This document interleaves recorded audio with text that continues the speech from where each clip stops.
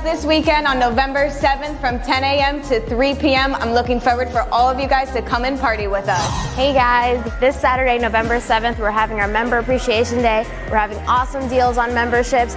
Bring your family, come on in and check us out. Also, we're going to be running an awesome deal on some supplements and select apparel. You better be there. For the first time ever here at Redcon 1 Gym, we're having our Member Appreciation Day. Can't wait to see you there. Also, don't forget, stop by at the boot camp. We're going to have one from 10 to 11 and one from 2 to 3. Come get some sweat on and work out with us, guys.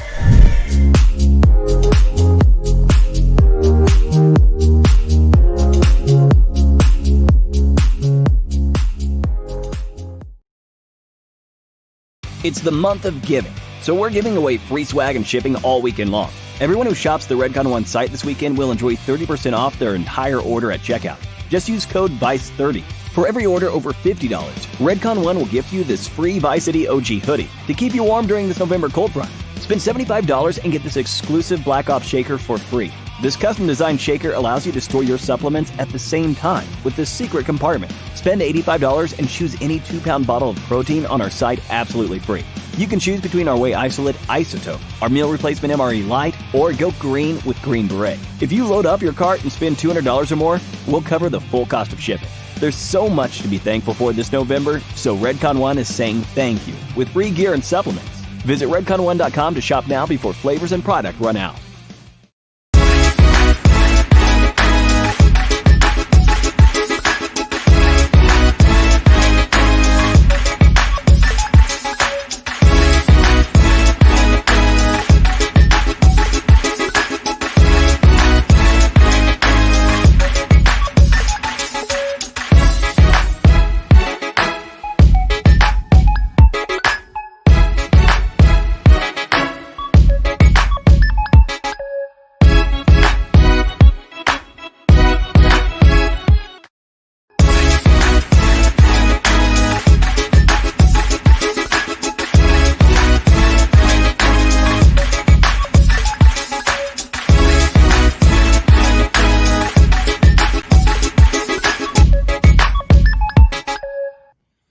How's it going, everybody? Johnny Styles here. This is not Eric Hart or Aaron Singerman, but I'm here live with the one and only Ryan Mohanan, right? Monahan? He can never get it right. Guys, we have a special show for you tonight. We're bringing Aaron in live from Tennessee. He's got some big updates for you. He's dialing in. We see him now. So we're going to bring him in. And I'm going to do my best silky tuba as possible. I've been growing the beard for this moment for the last 12 years. Yes, and we are bringing Aaron live now, and this is something that, you know, happens because we are remotely, but we're here for you. And Redcon 1, we have people live, and there he is, the man himself, Mr. Aaron Singerman. What's up, guys? How do I look? How do I sound? Man, you're great. You're great. Okay, good. I'm like lit weird, and I'm in like a theater somehow, but my camera's all weird. But we're gonna make this work. Yeah, we're here. I'm here in Tennessee. Right in Brentwood, Tennessee. It's a beautiful place, wonderful weather. It's a lot different than Boca Raton, Florida. I'll tell you that much. How am I, Johnny? Am I breaking up, or do I sound good? Am I as good as in the studio, or even better?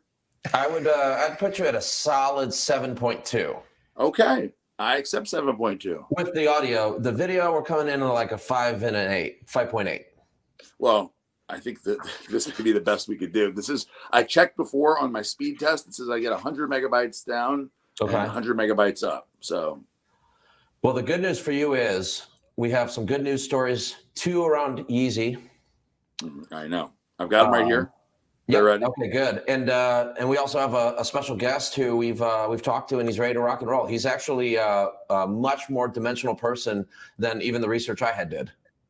Oh, well, I know all about Ben Coes, so I'm prepared, ready, and I have my notes, Ryan, and I've also read all of his books. I want to say it's 9 books I've read, but I'll have to ask him, is it 9 or how many? I mean, the new one, the most recent one I read was The Russian, and I think that's his newest one, I believe. But we'll go to Ben in just a few minutes. First, before we go there, and I do want to talk about this with Ben. The presidential election is something that's like, I mean, it's basically on constantly 24 hours a day now, and probably will be for the next, maybe till the end of the year, but certainly the next few weeks. But in the meantime, we have to at least mention before I get to Ben that it is, it's the biggest news story of the year, with the exception of coronavirus, is that right now people don't know what's going on. Nobody knows what the actual reality is. If there's been voter fraud, if votes have been added, if votes have been lost, who's winning what states, and who's going to be the president of the United States this next 4 years. So there's a lot of uncertainty in the world right now, more uncertainty now than before. So, and there was a lot of uncertainty before. So the presidential election, it continues to shift. We see new stuff, by the hour. And as of right now, we still don't know what the hell's going on and what's going to happen in the future. Exactly. So Ryan, it is a very interesting time. And we have a lot to talk about with Ben, because Ben worked at the White House. And not only that, but he's also very, very well versed in the world of politics in general. Politics, and in our pregame show, I learned a little bit about his private equity background. Yes, that's right. That's right. Ben has a very busy life, man, and that's one of the things we'll talk about is how do you fit it all in? Because for me, imagine, Ryan, just for a second, imagine we're doing all the things we're doing with Redcon One, and then I write best-selling books, one or more every year. That's insane. Yeah, it's insane. Plus, there's other stuff Ben's doing. So it's definitely something I'm interested in talking to Ben about. Multitasking and also being a father, a dad. That's unbelievable. I get people to say all the time, to me, who is not writing books, how do you fit in your family life and kind of parcel out your time effectively to still be a good dad and run a big business? Yeah. And so Ben does a whole bunch of things that does the dad thing as well. So it is going to be one of the topics we discuss. He also punked me. I'll give you one more quick story. So that was a good one. I called him and he was like, "Hey, how am I supposed to do this show?" And I said, "Well, it's really easy. We got step-by-step instructions and you just have to accept it." And he's like, "Well, I don't know the computer. I have a typewriter." And I was like, "Okay, well, I'm on a phone with you, so it must not be that bad." And I was like, "You have a smartphone?" He's like, "No, it's a 1999 flip phone. I don't believe in smartphones. What do you want me to do?" And then It's just like the Unabomber. Awkward pause. Yeah. Yeah, I just want to go on record in saying that I really got punked. I started like sweating like crazy because he really was like serious. Yes, he is a jokester. I've already got some text messages from him that are very similar. Although he never fooled me, but yes, that is it doesn't surprise me. So that's good. I'm glad he actually has a computer. That would be weird. I would definitely think he's writing some kind of manifesto behind the scenes that he's going to put out at some point. If he had no computer and he is a best-selling author, a private equity, venture capital guy, and that he had no computer, that would be weird. That would be a weird one. That'd be horrible. Arnold Schwarzenegger, the most famous bodybuilder ever, with the second place Kai Green, who's been on the show, 3 or 4 weeks ago. Mm-hmm. Arnold Schwarzenegger has had a lot of heart issues, a lot of health problems, but thank God Arnold is safe and sound. I don't really like Arnold's politics, but I can't help but love the Oak. Arnold goes through his second heart surgery. Thankfully, he makes it out totally okay. And I don't know if you guys have the clip, but he was riding his bicycle and the day after, walking around, doing some exercise. So it's amazing what modern medicine can do these days. Exactly. An open heart surgery used to be like, life and death, and now it's, routine. He's a literal machine. He's a little machine. One of the things that I like about Arnold, is that he's still a man of the people. I've seen Arnold at Gold's Gym, Venice Beach, many times working out with his friend Rolf Molnar and some of his, his trainer. And then he really has no security, which is always interesting to me. Last time he was in the gym, he bicycles from his house, which is right there in Santa Monica, to the gym, which is now closed because it's in California. And so I would see Arnold bike up with his buddies. Usually it's like a trainer and then his best friend. Sometimes there's a security guy. Usually it's just those three dudes. And he comes in and trains. And last time I told Darielle, I'm going to go talk to him because all these years I've met him and everything. I've shook his hand. But I never really had like a real conversation. Like, this is the time when we do it. Redcon One is one of the main sponsors of the Arnold. That year, the year before, last year, we were really pretty much not the title sponsor, but basically the title sponsor. Everybody thought we were the title sponsor. And so I was like, you know what? I'm going to go talk to him. And I waited and I said, Darielle, as soon as somebody talks to him, bothers him, and they break the ice, I'll be the second person to bother. There he is, riding his bicycles. That's Ralph Molnar right here. Is his best friend. Literally, they're like bosom buddies. They go everywhere together. They're best friends. He was in The Gladiator. If you guys remember The Gladiator, with Russell Crowe. He was the big, muscular, huge gladiator. He looks a lot older here, but that's the same guy. He was also a professional bodybuilder, really good professional bodybuilder for being 6'6". Extremely tough to be 6'6" and be a good bodybuilder and be filled out. But anyway, so Darielle and me were watching him, and I was like waiting. And he did his whole workout, and not one person bothered him at the gym. So I never had my opportunity to bother him second. So I've yet to have the conversation, but he is just like a regular guy at the gym, which I admire. A guy who's not so regular is Kanye West. And we always do our YEEZY weekly and talk about the presidential race. And if you didn't get a chance yet, hopefully you've got a chance to see, because it was interesting to see him on Joe Rogan and hear some of his beliefs. And I was actually surprised how rational he seemed on Joe Rogan. I was expecting him to be a little more irrational and crazy, but he was pretty rational and had some solid points. Typical, artist. It wasn't like he was. He looks pretty crazy in that picture, but he was pretty damn cogent. Like his thoughts were, it wasn't like he was all over the place like I would have expected. And he already has his sights set on 2024. He says that, and if you watch and listen to the interview, he says that God put him on this earth to be the leader of the free world. And so that's exactly what he plans to do. It's not going to be this year, but 4 years from now, he's planning on taking it even more seriously, rededicating himself, and putting forth a big effort to be the next president. Whatever the president is, whether it's Trump or Biden or whatever happens, he wants to be next on the list. So we'll see how that goes. And another YEEZY story. Oh my God, this is so much. YEEZY Academy, dear future, I still believe in you. That's what Kanye says. So Kanye is building this crazy like YEEZY world or something. It's a Christian school. He's giving back to the people through education. Well, I believe he also has, Ryan, you may not know this, but he has a town or city of his own that he's building with he doesn't believe in solar power. He says solar power is actually bad, but water power, hydro, like the turbines is what he believes in, and so he's getting this whole system of what is it called? Not hydroponic, hydroelectricity. Yeah, like dam, turns the turbines with the water, and that creates the power, and that's green, and he likes it. So he's going to be doing that, and he is doing that for this city that he's building. So Ryan, if it doesn't work out at Redcon 1, you and Johnny can move there and live together or something. We can become like the vice president in the media for the next presidential race. Yeah, happy couple. You too. I'm trying to change the world, bro. Very, very diverse. Is that really the only two news stories we have with everything going on in the world? There's one more. We have the election, but I know you wanted to bring Brother Ben in, who he is backstage with us now. Okay. If you want to, you want to go to commercial break and then bring Ben in, or was that the plan? We go to commercial break, then we bring him in, and then we kick off with the last story, really around elections, and then I'm sure it'll segue nicely. I'll make sure of it. Let's go to the commercial break, and we'll be right back in just a minute with Ben Coes, and one hell of a good guy. What's up, guys? This weekend on November 7th from 10 a.m. to 3 p.m., I'm looking forward for all of you guys to come and party with us. Hey guys, this Saturday, November 7th, we're having our Member Appreciation Day. We're having awesome deals on memberships.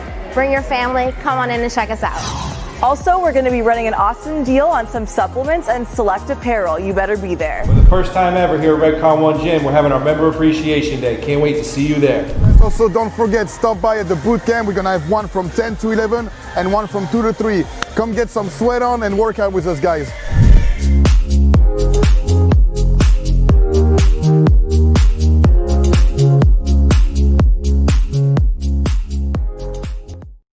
It's the month of giving, so we're giving away free swag and shipping all weekend long. Everyone who shops the Redcon 1 site this weekend will enjoy 30% off their entire order at checkout. Just use code VICE30. For every order over $50, Redcon 1 will gift you this free Vice City OG hoodie to keep you warm during this November cold front. Spend $75 and get this exclusive Black Ops shaker for free. This custom-designed shaker allows you to store your supplements at the same time with this secret compartment. Spend $85 and choose any 2-pound bottle of protein on our site absolutely free. You can choose between our Whey Isolate Isotope, our meal replacement MRE Light, or go green with Green Beret. If you load up your cart and spend $200 or more, we'll cover the full cost of shipping. There's so much to be thankful for this November, so Redcon 1 is saying thank you with free gear and supplements. Visit redcon1.com to shop now before flavors and product run out.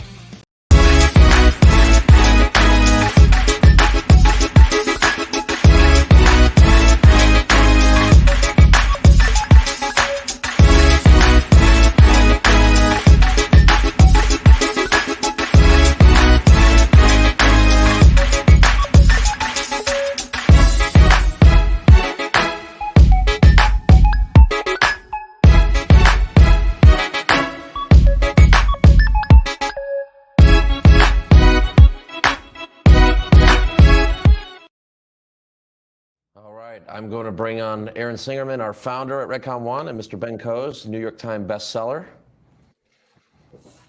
Oh, we're all on together. There he is. Hey, Hey, what's going on, Ben? How are you? I'm good. Aaron, Thank nice you to so meet much. you. Yeah, of course. So much. Thank you so much for being on the show. We really appreciate having you on. Obviously, this is an unorthodox show. Usually, I'm in the studio with Eric Hart, and it's in Boca. Instead, I'm here in Tennessee, and we're making it happen. So I appreciate you being on the show, man. Where in Tennessee are you? I'm in Brentwood. Familiar with Brentwood? No, not at all. It's like 20 minutes outside of Nashville. Got it. So yeah, I love Nashville. Oh, Yeah, is Nashville. Brentwood? Oh, I know. Yeah, it's like Dolly Parton land. Yeah, Dolly Parton. All the music stars are here. Yes, Dolly Parton land is exactly right. And then we're right by Franklin, so Franklin is down the road, and then Nashville is about 20 minutes. Got it. So pretty cool. So Ben, I want to talk to you about the election, but before I talk to you about the election, let me tell you how much I like your books. So we were texting, and you said, "Have you read any of them?" And I said, well, Ben, I read all of them. I've read every one of them. So I wanted to say thank you for being on the show, especially for that, because I have only a few authors that I really, really love and look forward to. I read a lot. I'm a big reader. I've kept up with that, reading a book or two a week for many, many years, and it's something that I love doing. It's something I feel like is important to me. But there's very few authors when a book is coming out where I pre-order it and I get excited for it, like a lot of people with a movie where you're like, oh man, book's coming out. But every single Ben Coes book I look forward to, I pre-order and I get excited for. Well, Aaron, thank you. I really appreciate that. I don't know how else to thank you. I just try to come up with stories that are compelling to people and that are based on current events. Yep. And I know that you like Brad Thor. I know you're a big Vince Flynn fan. Yeah. And so, I mean, I love it when it's not you. Whenever someone says they like my books, it always makes me happy. So thank you. Of course. And, I don't know, trying to be humble, but, no, I know, you know what? It's probably like, so for me, when I'm at an expo or somebody comes up at the airport or whatever and says, I love Redcon One, it's almost like the best way I can describe it to somebody is when somebody tells you that your kid, your son is a great athlete or cute or smart, you're like, you can't help but feel proud and like, oh, See, not trying to immediately disagree with you, Aaron, but I do believe our relationship is based on honesty. Yes, Ben. And what I was going to say is that I think it feels a little different, actually, and it should feel different for you. Because I don't know, how many kids do you have, Aaron? 3. I have 3 little boys. Okay. I do too. And I also have a 4th. I have a daughter. Okay, she's the baby. Yeah. But you have 3 little boys, 3 think, boys and a daughter too? Yes. Well, and she's the last one. That's the dream, Ben. You're living the dream. That's exactly what I'm hoping for. Oh, I know, but she will not be able to go out on a date until she's like 34. But what I was going to say, though, is I think it's different because as with Redcon or with my books, I wrote the book. You built Redcon, and there are other people involved. So I think it's a slightly different type of pride. And you talk about being in an airport. I can tell you it didn't happen for several years until after my first book came out, but I was walking down the aisle of a plane and I saw someone reading my book. That's cool. And it was really kind of magical. And then I started asking them about it, and it turns out they had stolen it. No, I'm just kidding. But you know what I'm saying? Like, I think I mean, I'm proud of my children, but I'm also proud of writing, and you and your team should be proud of Redcon, because Redcon is kicking ass. Thanks, Ben. It's been a lot of fun. When did you start it? We started Redcon 1 in 2016, in the beginning. What was your background before that? Other supplement companies. I owned other supplement companies, and then before that, I was in the world of bodybuilding and fitness as I guess you would say, like a Bob Costas of bodybuilding and fitness. So I traveled the world interviewing people in bodybuilding shows. So I've been everywhere from Asia, India, to all around America, and I would travel. Well, and I'm surprised we didn't meet, Aaron. Because I know I was thinking the same thing, Ben. With your incredible physique and your unbelievable symmetry, I would have imagined we would have crossed paths before. Well, I just think, I mean, I think everyone knows I'm pretty jacked. And so I'm just surprised we didn't meet. Me too. Well, no, that's cool. So you saw an entrepreneurial opportunity in supplements. Yes. Well, for me, it was honestly more than that, in the sense that I love bodybuilding and fitness. I knew this is what I wanted to do. And I knew also that when I got pregnant with my first kid, that there's no money in being the Bob Costas of bodybuilding and fitness. I was paying the bills, but I was never going to be able to provide a meaningful living for my family. And so I looked around my space that I was in, and in my space, there's no real ability to generate, real income other than in the supplement portion of my space. So and I love supplements anyway. I've been taking protein and different types of, pre-workouts and everything else since I was a teenager. So it was a very easy decision to try to transition into creating a supplement company. And one turned into two and turned into three, and eventually developed into what you see today with Redcon 1, which is kind of like the culmination of all of them put together here. Did you, like, when you started it, was it just like you and maybe your wife or your best friend, or just you alone? Or did you have a team in mind? So when I started Redcon 1, I was very fortunate in the fact that I had already had some resources in terms of finance. I had connections, I had a reputation. And so a lot of people believed in me right away because of the other successes that I had.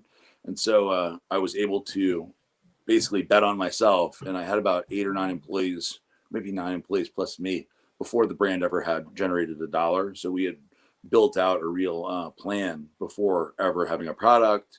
But how did you know who the 9 people were?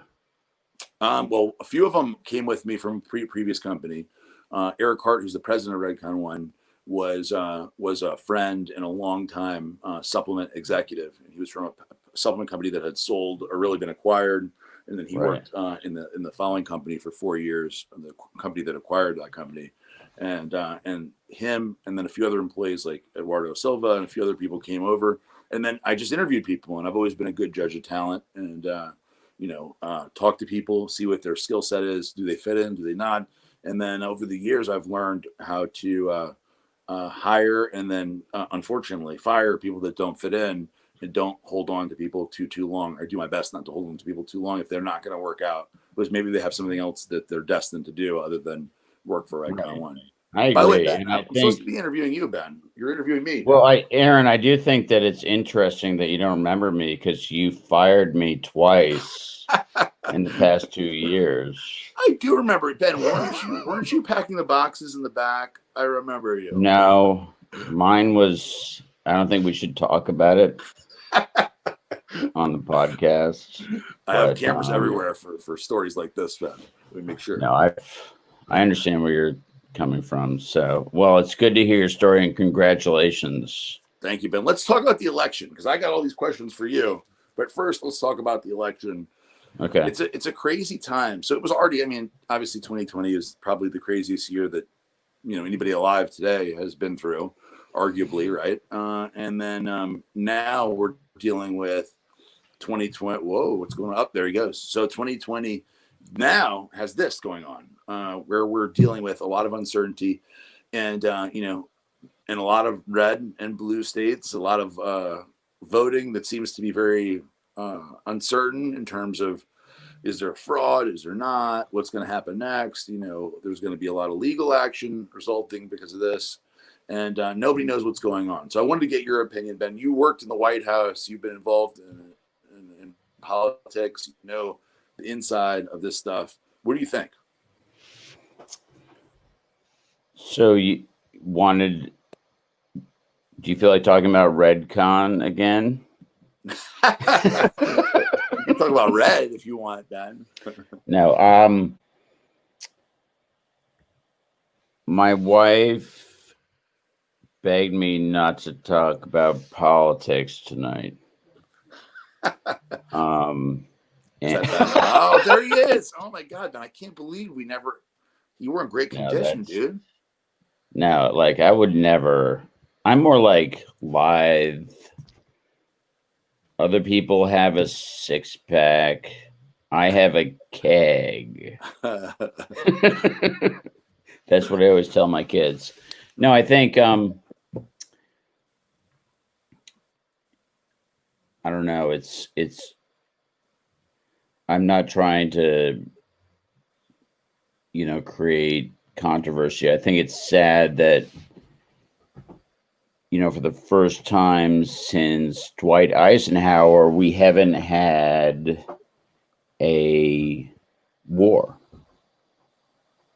And I think COVID has had an impact. I mean, if you look at the exit polls, it's not as big as people thought, but it's had an impact. And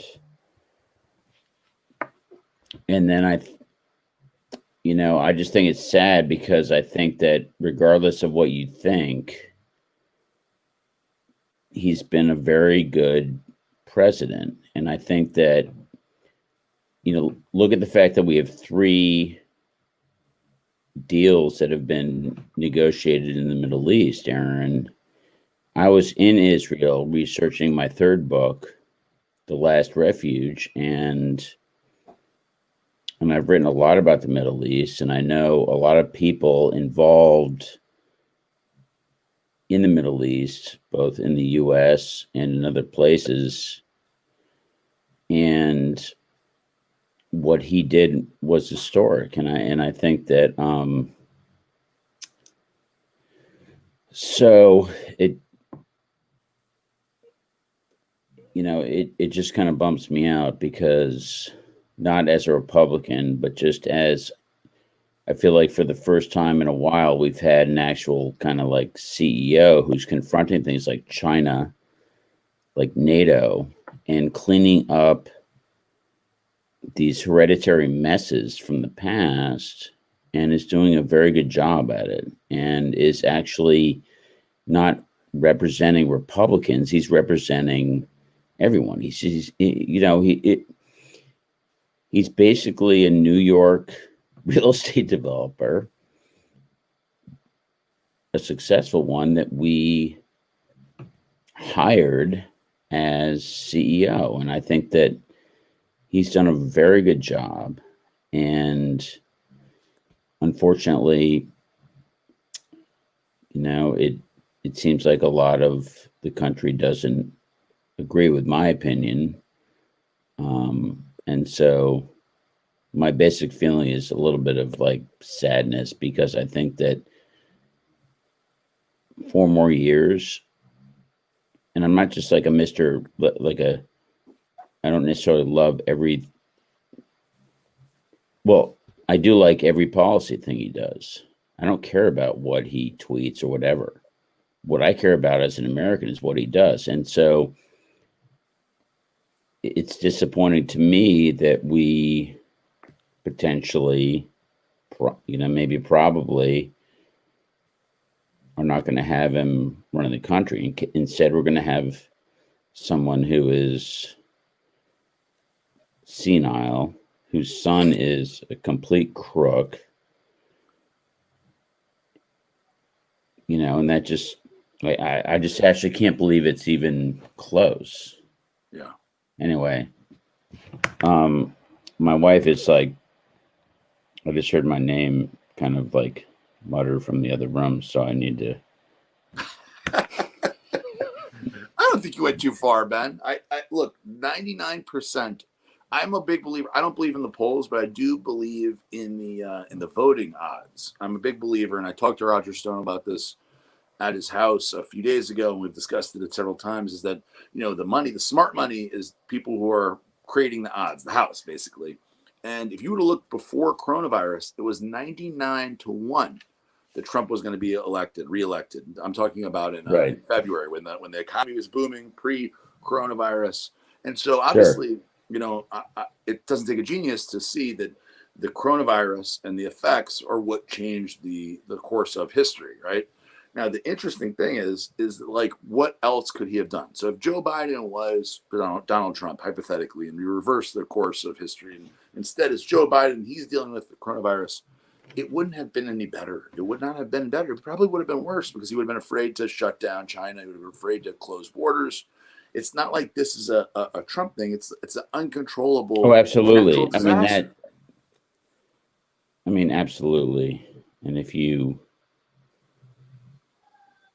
think about my next book, The Island, can't wait.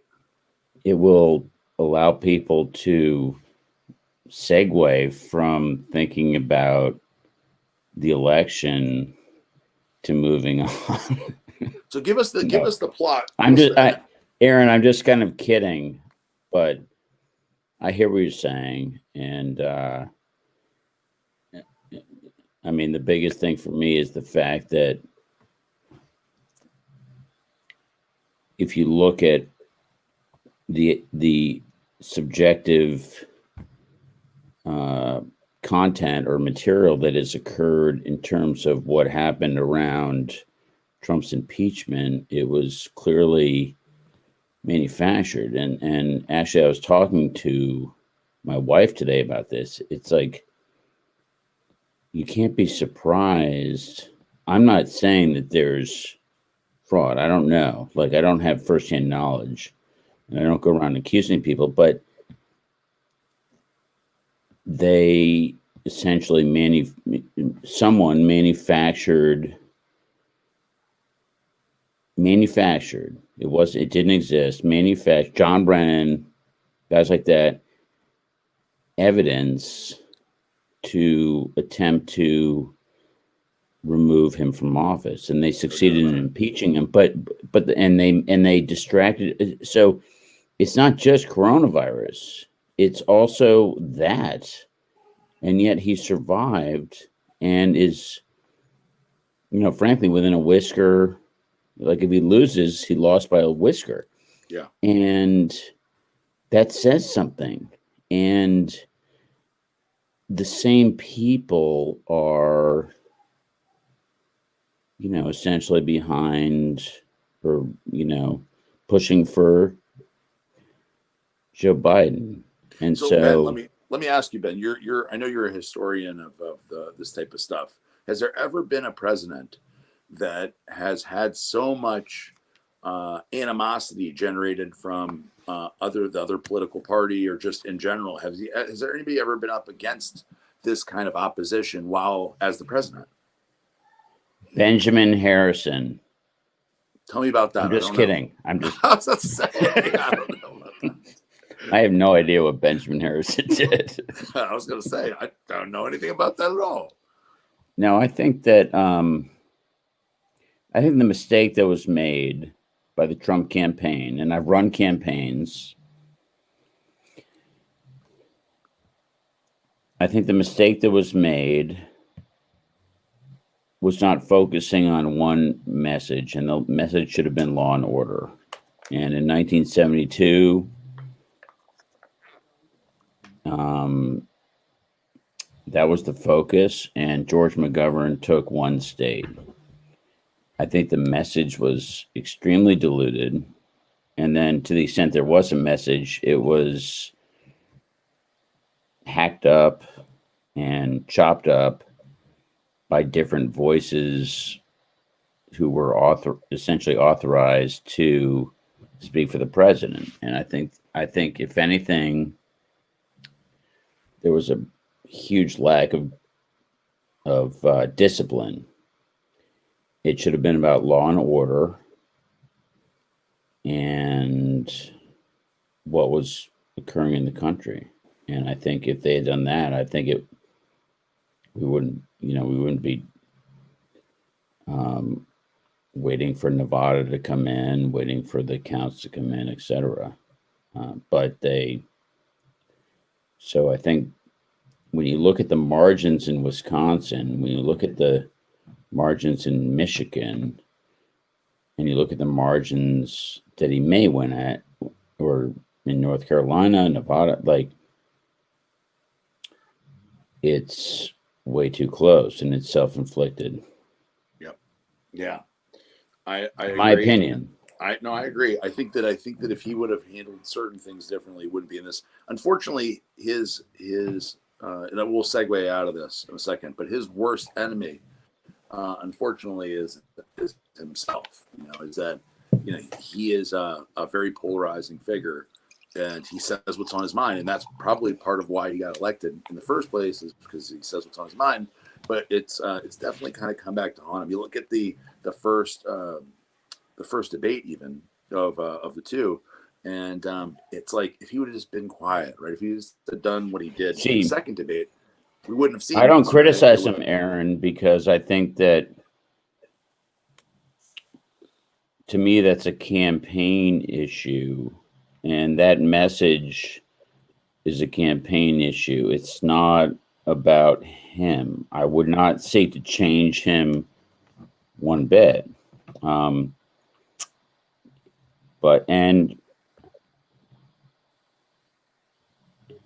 I think that, look, America's going to be fine because of good Americans like you, and because Americans have access to supplements that help them. They have enough protein here in this country. Build muscles, exactly. Look at Ben again. Ben. See, that's more. That's closer to more reality. It's not necessarily what it looks like, but it's what I think. It's what I think it looks like. That's what America wants, Ben. Let's talk about books. Let's talk about books. Okay. So when I read Power Down, I want to say Power Down came out in 2010 or 11 or something like that, right around then. It actually came out in 1918. Really ahead of your time, then. Yeah. I mean, that was an important year. That was the end of World War I, and that's when you came out with your book, huh? I don't think they'd even discovered offshore oil drilling. Yes, that's true. It came out in 2000. No, it came out in 2010. Yeah. Oh, that's right. And I wrote it, Aaron. I wrote it as a hobby. And I was an English major. I went to Columbia, and I wrote it. I always told myself I was going to write a book. And one day I woke up and I said to my wife, I've been thinking about writing a book for all this time, and I haven't done anything. And she was the inspiration. She said, well, get up and start writing. So I started writing, and I haven't stopped. And I didn't write it to be even to get it published. I wrote it because ever since I graduated from Columbia, I wanted to write a book, and I was very fortunate. It went well. People seemed to like it. And Vince Flynn got a copy of it, and he told, essentially the thriller world, the thriller reader world, how much he liked it. And I think that, you know, Vince Flynn, may he rest in peace, was really, in a way, a mentor to me. And also because he set an example, which was he championed my book. Yeah. Even though some would think that,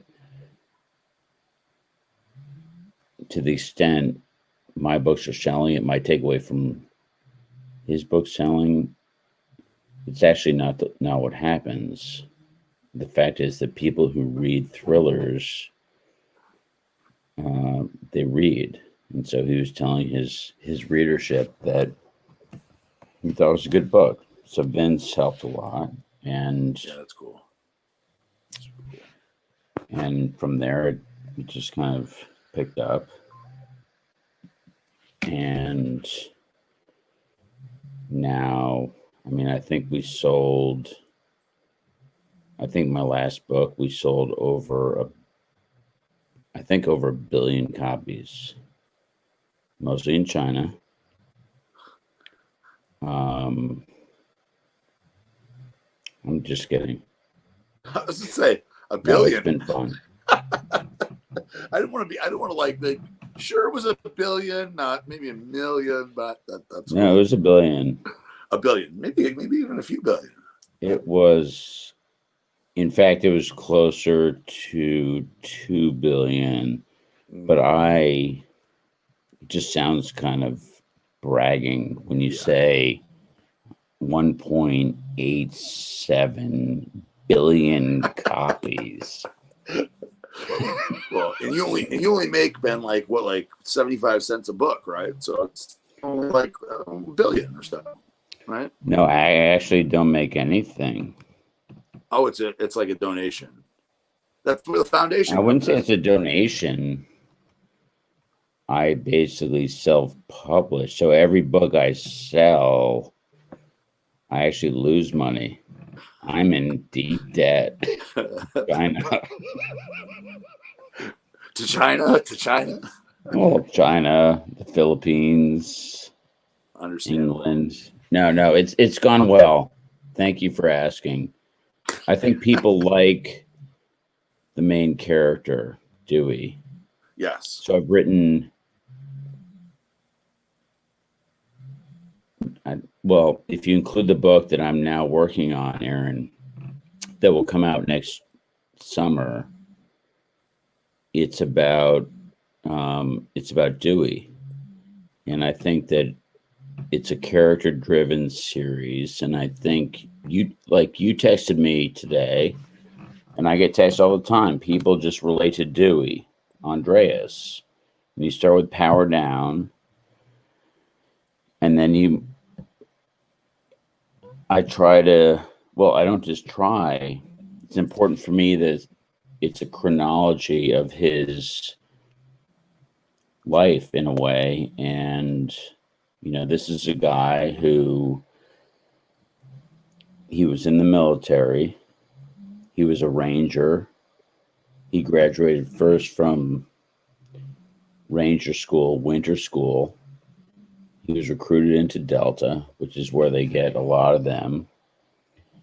And when the opening of the first book begins, Dewey Andreas is coming back from an operation, and his wife is dead, and she's committed suicide. And that happens 10 years before Power Down starts. And he is accused of killing her. He's incarcerated. And then he's acquitted by a jury. And he represents himself because he didn't do it. And he goes off. He leaves the United States and he goes and works in the oil business. And I worked in the oil business. So, I think the scenes in the first book involving the offshore oil business are pretty, I'm not sure accurate I think they're accurate in terms of the mood. Were you a roughneck, Ben? You worked. Yeah. Were you? With your education, you would be one hell of a roughneck. Me? Yeah, you. Oh, I would be. Me? Aaron, I know you're kidding. Like, and I know you're like Mr. Hardass, but Mr. Hardo. But Something like that. honestly, I would not want to get in a fight with me.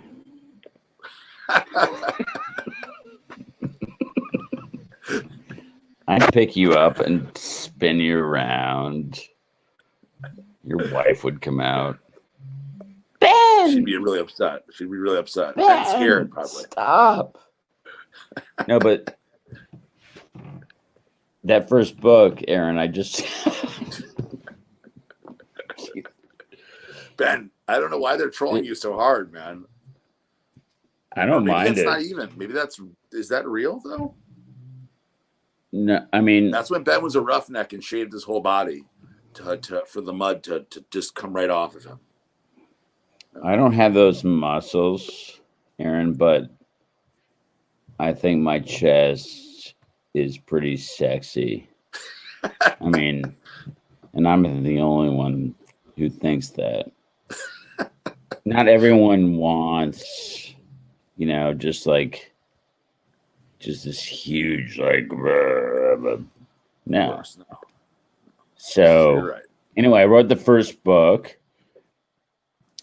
And people like Dewey. And so the next one, The Island, that's coming out next summer, which I've written it. Well, actually, it was written, Aaron. You'd be, I think, interested in this. It's kind of like a supply chain thing. It was supposed to come out in August of this year. Oh, really? And I think all of us together made the decision, and when I say all of us together, what I really mean is just my publisher. No, but I agree with the decision, which is The Island is about an attack on Manhattan by Iran, by Hezbollah, and they cut off Manhattan. There are 4 tunnels. Wait, hold on. Go further back. Wait. No, I'm kidding. Okay. Yeah, but there are 4 tunnels into Manhattan, Aaron, and Hezbollah essentially, and I do believe that this is a major vulnerability that we have, and I try to write about vulnerabilities in the hope that someone reads it and pays attention, but they destroy those 4 tunnels. It's a very planned operation, and it is the day that the president is at the UN. And so the president is trapped at the UN. At the same time, they activate. The island is about, essentially an all-out attack. So there are 3 tiers to the Hezbollah attack. And this is how I think it would happen. The tunnels, and then you've got active gunmen who they activate inside Manhattan. And the president is trapped at the UN. Kind of like Die Hard at the UN. And Dewey's there to protect him. No, that's the thing about this book where I'm veering off a little bit. Dewey is actually in southern France, touring vineyards. So he's actually not really involved, and the president dies. Is that how it ends? Because that you just ruined the whole book. No, I'm kidding. That's how No, Yeah, Dewey's He does. nearby. Dewey doesn't care. And Rob Tacoma is at a hotel in New York City. And so Dewey is nearby. And it happens very suddenly. The entire book takes 6 hours. Cool. Well, Ben, 6 hours. The I know a entire guy. book. And it took me 6 hours to write. Wow, that's intense. So let's just going. If only that was the case, man, you could have a book every month. That would be great.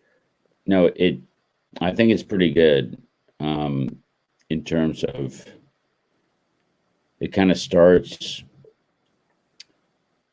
I think it reminds me of Power Down a little bit. It starts in like 4th gear, and then pretty soon you're in like 5th, and then you go into like 6th gear, and it's just like hard throttled because you've got the president trapped. You've got active shooters that are activated. You know, we're talking about like Lyft drivers and Uber drivers, Redcon salesmen. You're dangerous, very dangerous. No, but and then the thing is, beyond this whole like the president is trapped thing, there's a larger plot going on. Wow. It has to do with the Fed. Interesting. And that starts to come in just as you're freaking out about the president about to get killed. I think it's pretty good. Ben, 2 things. One, if you need somebody to do a review and an advanced reader copy, I know a guy. Did you just give me the finger? Sort of. I mean, I could, but I'm saying this guy. All right, I want you to do a review. I would love it. And then the other thing is, when will so these books, all your books, from Power Down to now The Island, all seem to me to be movies. Like they're movies. They're this character, both of the characters really are guys I can see as a TV show. I can imagine characters playing them. Have you ever had any interest from a major motion picture like to do one or have you any TV opportunities? Yes, Aaron, a lot of opportunities. You're, I think, a savvy businessman. So,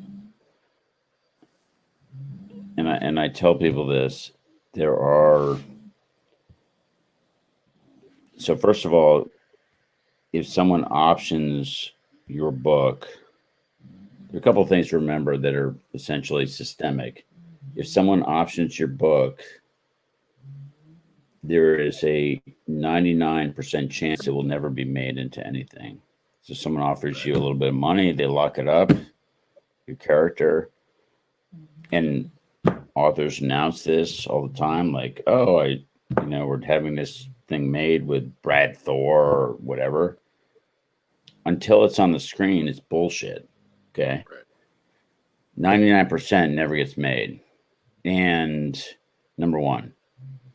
Number two, it is a very clogged channel. I mean, if you think about it, there are a lot of writers who come out with books that could be made into movies every year. And maybe one or maybe none get made into movies. Let's think about Vince Flynn. So Vince Flynn, Americanist, and if it does get made, oftentimes it's a piece of crap. Let's take American Assassin. That book required a budget of $100 million, but they didn't spend the money on it. Okay. Right.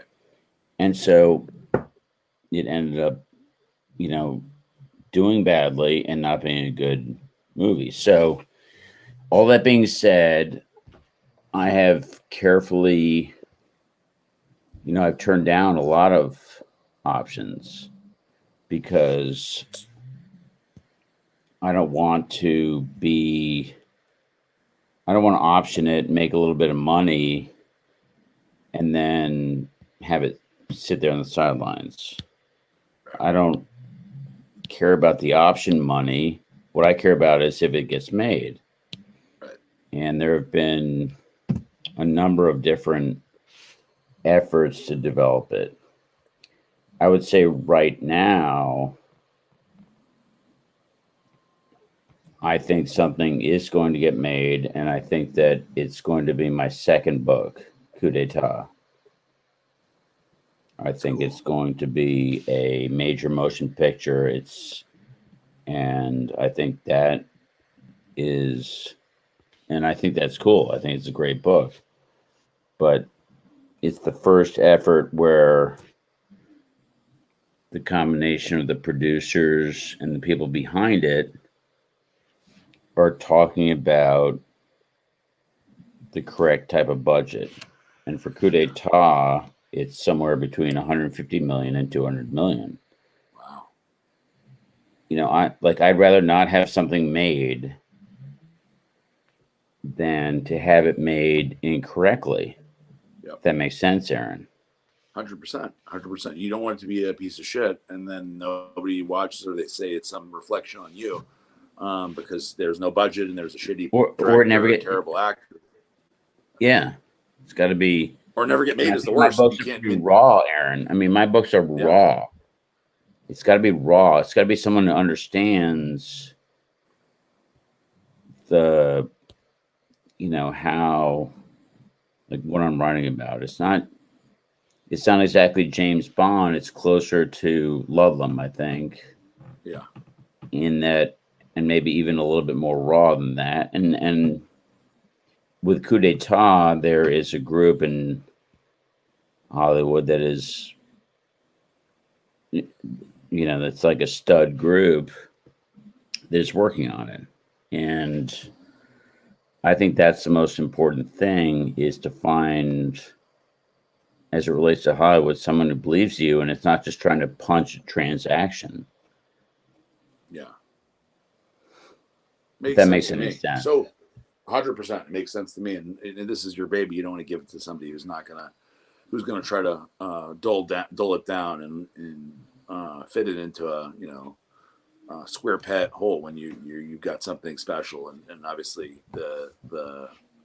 these days and I don't know Hollywood, but my perception is these days in Hollywood, it's a weird time for there, and they're going to want to try to, change your vision. And obviously, correct, that's not something you want done. So you got to find the right person to do it. So you know Mark Greaney, right? What does he do? What did he do? He installs kitchen linoleum. Oh yeah, he's great, man. He got my marble good. Just right. It was perfect. No, he writes thrillers. Mark and Greaney, his book got optioned, and Brad Pitt was supposed to play it, and then Brad Pitt,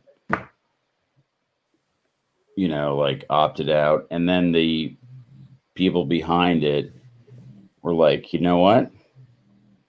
We actually think this would be better with a female as your main character. It'd be like if someone controlled Dewey and was like, listen, we'd like to make Dewey a female. Disaster. Yeah, right. It would be a disaster. And it's not getting made. No, it's a disaster. The other problem you have, Aaron, is that it's all comic books. Yeah. I mean, people in Hollywood don't even read.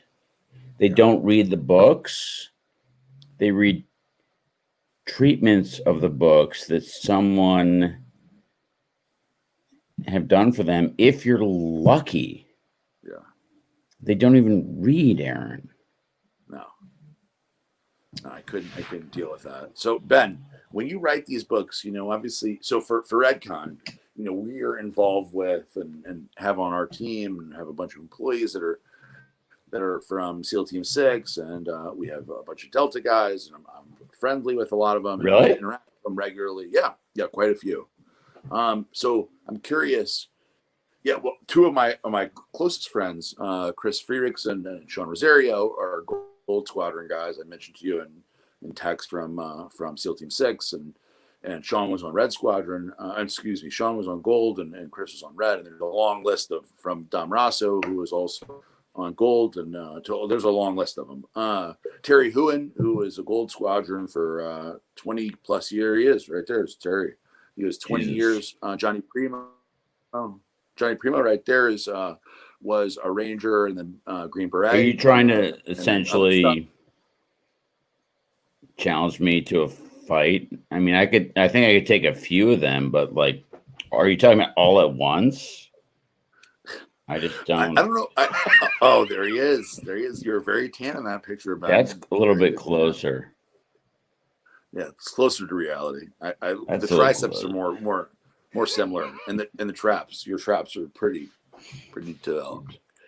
I'm saying what I was saying, Ben, was would you fight them? But more importantly, did you base these characters on people that you know, or did you develop like relationships? Is there anything that you're basing these guys on in reality? Oh, that's a great question, Aaron.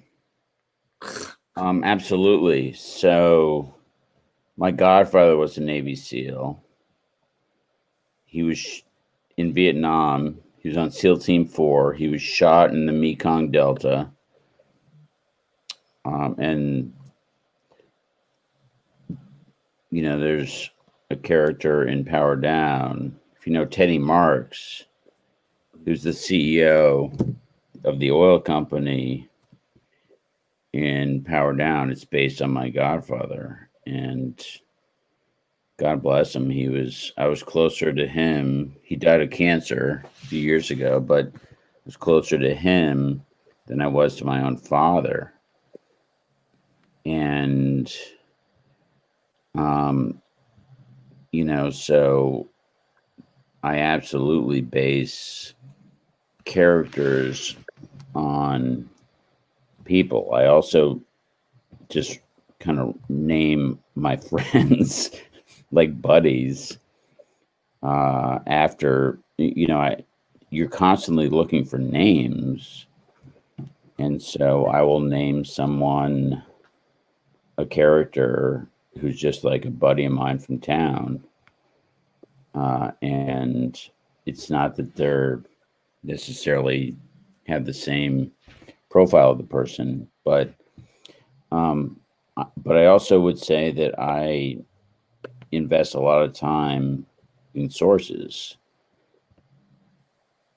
A lot of it is just essentially, like I would say, what I try to do is look at current events, identify the risks that we're thinking about as a country, and write about them. But in terms of the characters that I develop,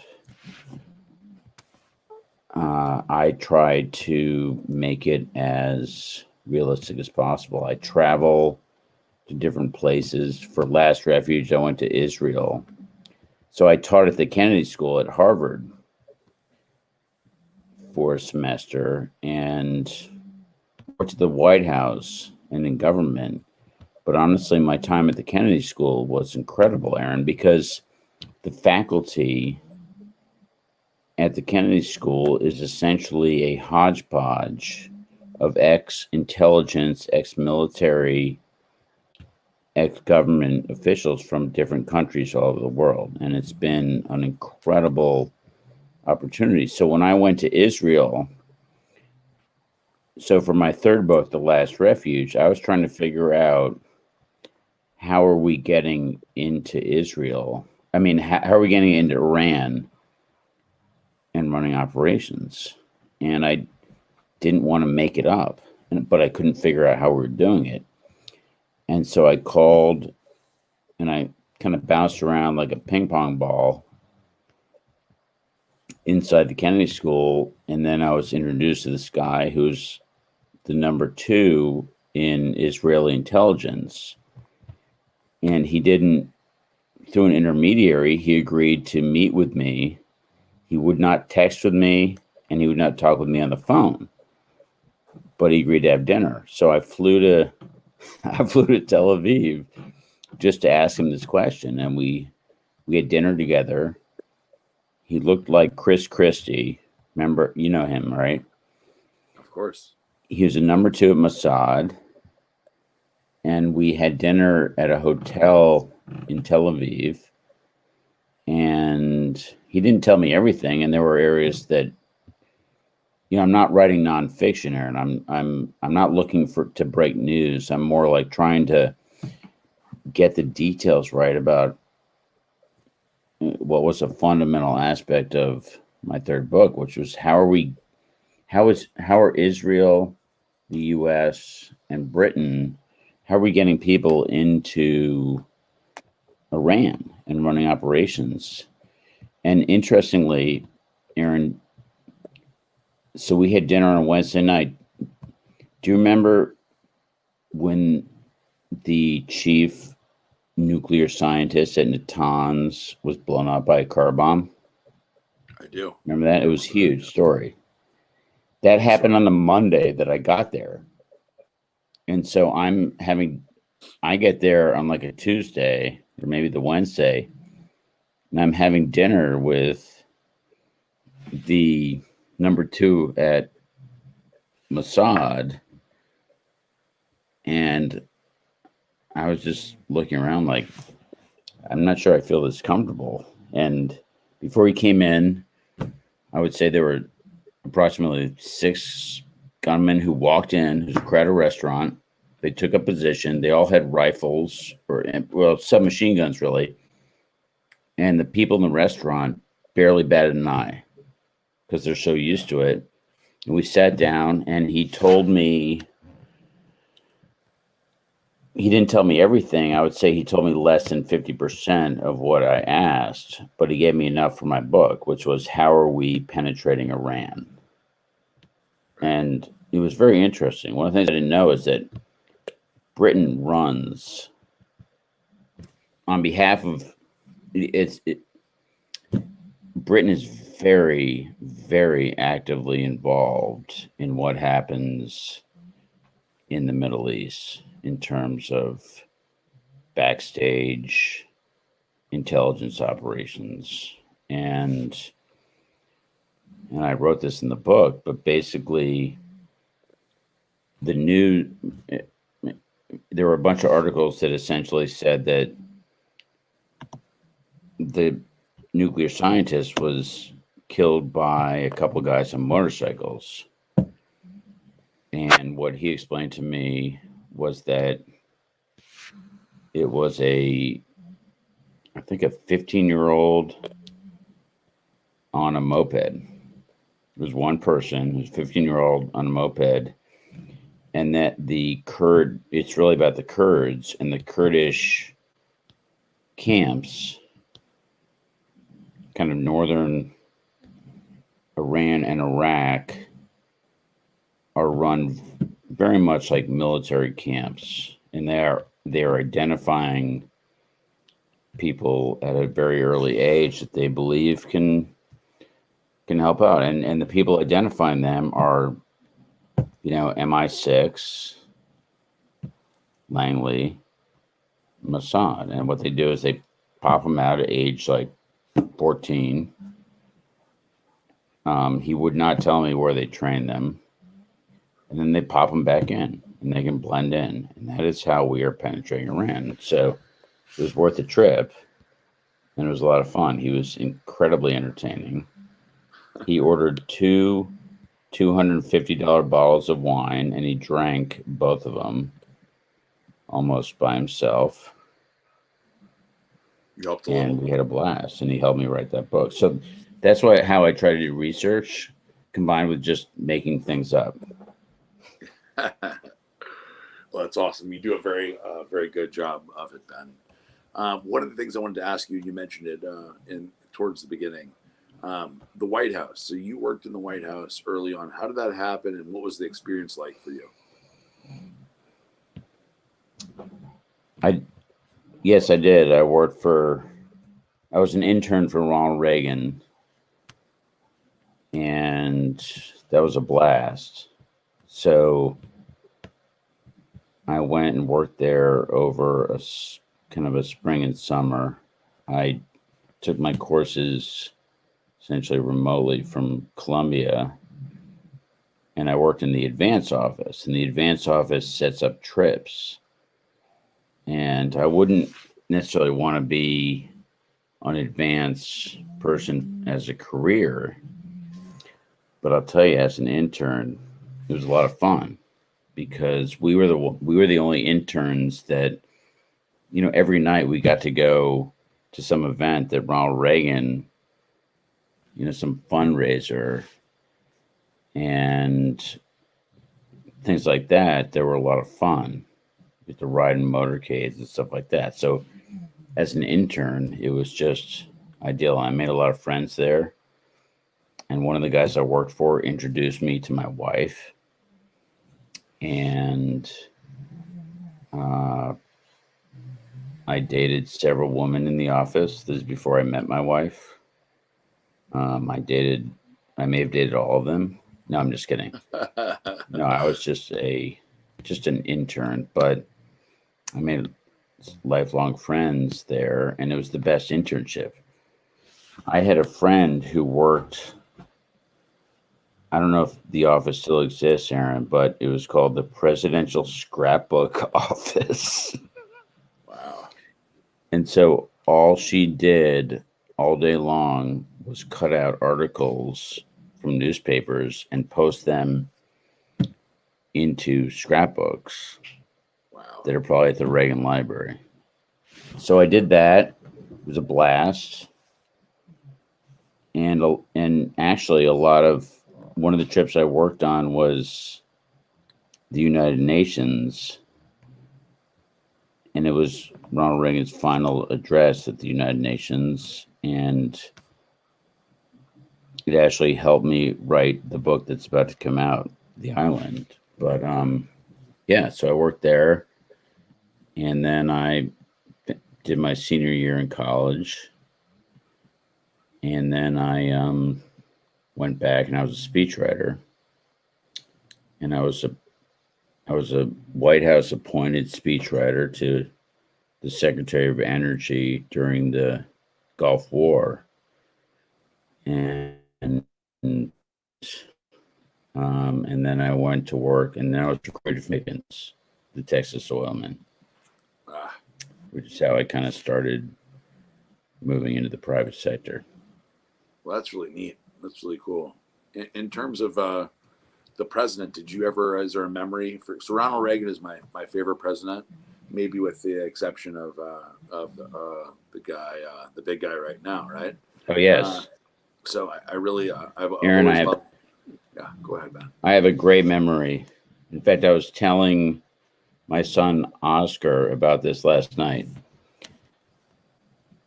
So one of the trips I did, I got to go to Miami, and I don't know if you remember a senator named Connie Mack from Florida. I know the name. I don't remember much, but I remember the name. Yeah, well, he remembers you, and he's pissed. He says I was like 6 years old or something. Yeah, he says you stole his idea.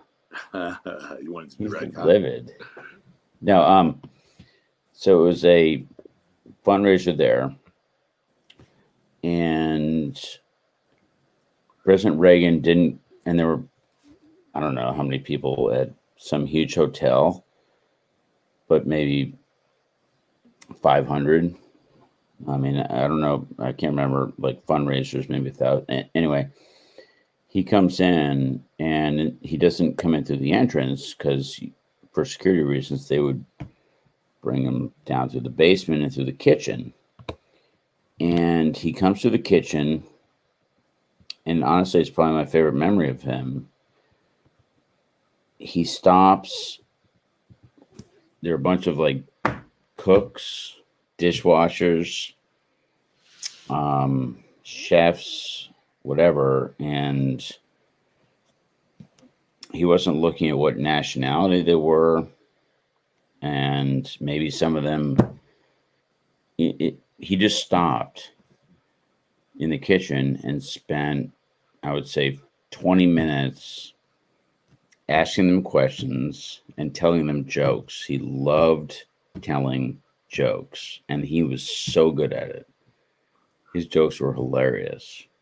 They were always rated G, but they were just in his delivery. They were funnier than any joke you've ever heard. And he just sat there or stood there for, I would say, 20 minutes because he went around and like met everyone. And he basically was like, I mean, he was in his second term. You know, he just loved people. And you got that sense with him. He was such a kind man. He was just very simple and down to earth. And I my last day there, they brought me over and he took a picture with me. And of course he knows my name. I couldn't remember his name, and I'm still embarrassed about that. But somehow he remembered my name. You would have been surprised, I'm sure, Ben, if you're like, "Who are you again?" Well, What's that? Oh, nice to meet you. Yeah, That's really cool. It's really cool. No, if you like him a lot, you're not incorrect in your instincts. He was a wonderful guy. I've done some stuff at the Reagan Library. Have you been out there, Aaron? No, but I would love to go. That's on the list for sure. Well, I think I spoke out there. I think you should speak out there. I'm going to introduce you to. I mean, they only bring in someone every like couple months, but So definitely. it should definitely be me. No, why not? I'd be honored to, although I think I may not be qualified for that, but I would love to do it, of course. I wasn't qualified. I mean, You're more dude, I qualified. was an intern. I mean, it's not like I was setting like, I wasn't like Mr. President, I think you need to do this with Gorbachev. But you weren't in the scrapbook department, so you weren't. Oh, I got to travel all the time. Travel. Yeah, there you go. Well, travel, and also just like every night there'd be an event in Washington, like the Correspondents' Dinner or something, and we would just like, hey, can you go over and staff it? It's a blast. You get to have unlimited booze and food and meet people. That sounds like a good thing. Not when you're working. Well, you got to hide it. You got to hide it. And, No, we never did anything like that. And I'm now regretting coming on this show because you're obviously a moral reprobate. Ben, I know you well enough to know you would never do anything like that. I know that for never. Sure. So, Ben, tell me about like so a lot of people ask me, I mentioned this in the beginning of the show. You probably don't remember this, but I mentioned it at the beginning of the show that life like balance is that people ask me a lot. They say, well, you have this company of all these people that work for you, all this. How can you possibly be a father and like go home and like how can you be present? Which I'm not. I won't lie. I'm not always present at the moment at home, but I do my very best to do the best job that I can and try to like live up to, my own expectations and my wife's expectations. Who's back there yelling at the kids right now? It's tough though. It's tough if you are really driven. I'm a very obsessed person. It's part of my nature to be obsessed. Sometimes you don't think about anything other than where you're going. But you've done a great job of not only becoming a New York Times bestselling author and a father, but you're also in private equity. You've been involved in businesses other than your own, and then creating your own stuff. So I wanted to hear, how did you develop that, and how did it happen? And do you even have a life balance? Am I just giving you extra credit you don't deserve?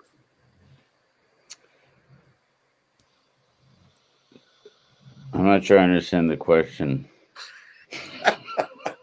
I feel like you've got no life balance, Ben. I feel like that's what you're saying. Life balance. I think it really helps when you have a wonderful and understanding partner. Oh, yeah. I've been married for 20 days now. my 7th wife, and Watch she's out when you get to a month, man. When a month, no, I've kind been of married falls for off that. 20, almost 24 years. I think it, Wow. and you need, at least my experience is that you need that compass and anchor, and you might not always get along, but when you're on the same page in terms of the larger goal, not professionally, but more like around your kids and around the legacy you want to live, I think that is the key. So I would give, to the extent there's any balance, I would give credit to my wife, Shannon, and to our children, but I also give her credit for the great job she's done at that. And I think that if I didn't have that, Aaron, I don't think that I wouldn't have written my first book, and I certainly wouldn't be as jacked as I am, just in terms of, well, just about like muscle, it's just like She keeps you on your diet. She keeps you on your diet. Look at the serratus on you, Ben. The serratus. It's actually crazy. Encouraging to know that someone on your staff is listening. Oh yeah, they're listening and watching, Ben. They're looking for other opportunities right now. I'm sure. I don't know about you. Like, how about you, Aaron? How do you do it? Are you different? So ripped and tan? You mean? I mean, I guess if you think you're ripped. Give me a new one, Johnny. Let's get a new one. No, how do you balance? How do you balance things? You know what? Honestly, it's exactly like you said. I don't think that I do at all. Honestly, I think I'm terrible at it. But I have a wife that forces me to do it because she will literally, call me, text me, and say, "Where are you? Come home." And like your kids are asking about you and shit like that. And if it goes too far, which is rare, but she'll say, if you love your kids, come home now. and honestly, it's as weird as that may sound to people out there, that's kind of what I need, because I am, as I admitted earlier, I am obsessively focused on goals, and sometimes I lose sight of the really important things. I'm focused on something that immediately seems important, but overall is not important and is not imperative.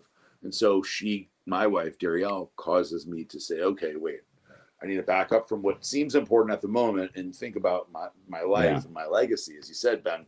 And my boys are much more important than a monthly sales goal or a phone call to China or a phone call to Australia. Right. And I shouldn't be not spending time with my sons because I have a call to Australia. I can tell those people, call me tomorrow, or call somebody else because I have people. Or you can just tell them to fuck off. That's Ben. That is usually, when you say that to somebody's buying products, they don't usually like it, surprisingly. I know. It doesn't always work out. And I think it's awesome that your wife finally, did she just graduate from college? Yes, she actually finished high school just recently. She looks like it. Well, thank you. Sure, we'll love to hear that. She's extremely. Look, I did good for myself, Ben. I'm 40 years old. I'm 40. So I'm 40, and she is 30, about to be 34 December. You're 40? I'm 40. I'm 40 years old. Yes. Jesus. I know I look 30-ish, but yeah, I'm 40. I know. Well, it's impressive what you've built. Thank you. The fact that you have your own show. This is the apex of my career right here, Ben. I'm never such that it is this moment. Such that it is. I think you and I are probably the only ones watching right now. Johnny, but how many hundreds of thousands of people are watching now? Oh, he just wrote No, to but me, five that's hundred amazing. You're thousand. 40? I'm 40. Wow. Do I look older, Ben? I feel like you're saying I look older. No, I'm just. I thought you were. I'm What's mad. going on? Exciting news. You just broke the internet. Kim Kardashian is calling me to see if you could get the internet back on. She is losing sales. Thank you, Ryan. I appreciate She that. is. You heard that, Ben? Can you pass something on to her, Ryan? Sure. What would you like me to tell her? She's on hold. I'm trying to say how to say this politely. Can you tell her to fuck off? Mr. Ben says to fuck off, please. Shit, passed it through. Thanks, Ryan. Appreciate that. See, look, they're always listening, Ben. They're always listening, and they're doing your bidding. So I think it's amazing. You're 40, and you're Redcon is the fastest growing. Are you reading this off something, Ben? No, I'm looking at you. I'm just trying. It's the fastest growing. Like, what's the category? Health supplements. Sport supplement? No, not health. Sports supplements. Sports supplements in the world, in the history. In the history of the world. Faster than Mountain Dew. The Mountain Dew is probably not considered a sports supplement, but I guess it depends on where you're coming from. It is delicious. It is delicious. What is top line revenue? I can't say that on here, Ben. I'll tell you on a call. I'll tell you on a call, Ben. I'll tell you that it has this many numbers in it. That many. 4? Yes, 4. So that's why I'm in private equity. Yes, 4 numbers, and they are big, large numbers. If you work in private equity, oh my God. Whoa. Ben is way Aaron, if you work in private equity, like you held up 9 numbers, and I reduced it. That's just natural instinct in private equity. No, you went down to 4 numbers. Yeah, it's like, oh, and then we figure out how to explain to you that you're actually not making as much money as you think you are. Of course, that is private equity. Holy shit! Exactly. Do that. And then we try to buy it. Well, listen, man, the coronavirus. There's a lot of things happening in the world. There's a lot of instability. That number that you think you should be getting is probably not right. It's a little bit less. And then your leadership team not as full, as you think. And look, the EBITDA number. I mean, your multiple is not quite what you think it is. I mean, it's all right, Aaron. Just so you know what our philosophy is. Pay as little as possible and get as much as you can. No, we are never the low bid. We don't do turnarounds. We buy growth companies. And our philosophy is if the clock ain't broke, don't fix it.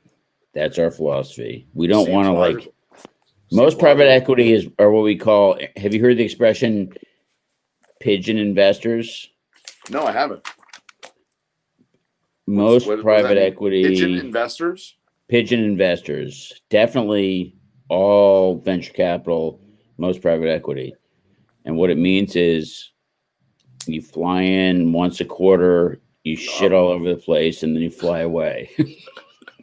Well, once a quarter sounds pretty good. I like pigeon investors. That sounds good. And you've got these guys who have MBAs who've never worked in the real world telling you how to fix your business. Our philosophy is like, find a cool company that's got a great management team. If the clock ain't broke, don't fix it. Pay the price and let them run. Well, we do not want to micromanage. I'm not saying I have a price, but that looks about $1 million. Jesus, we'll do it. $1 million? Yeah, that's good. Wow. Yes, that's it. That's it. All right. I think I'm going to need to consult my accountant on this one. $1 billion? What's EBITDA?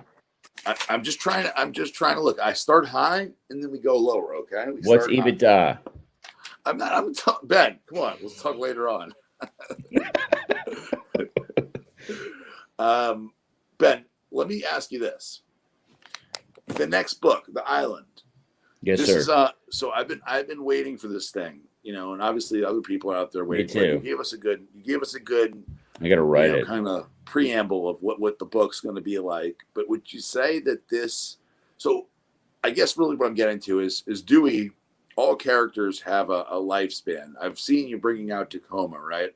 Tacoma seems like the new young team guy. He's kicking ass, taking names. He's a younger man. Does that mean that there's a sunset for Dewey where he's going to be like transition to like he's going to be the director of something, or is Dewey still got a long time left in your opinion? Because Mitch Rapp, Dewey is definitely not going into any sunset. The reason I started the Tacoma series is because I want to have 2 series going at once, and it had to do with the fact that I want to have one series that was international in nature, and I want to have one that's domestic in nature. And based upon my general, I think, thinking and research, the Russian mafia was a great platform for Tacoma. And I think I don't think people understand how involved the Russian organized crime is in the United States. And so now Dewey's going to go on forever. In fact, Aaron, if you read the books carefully, you'll notice that Dewey gets younger with every book.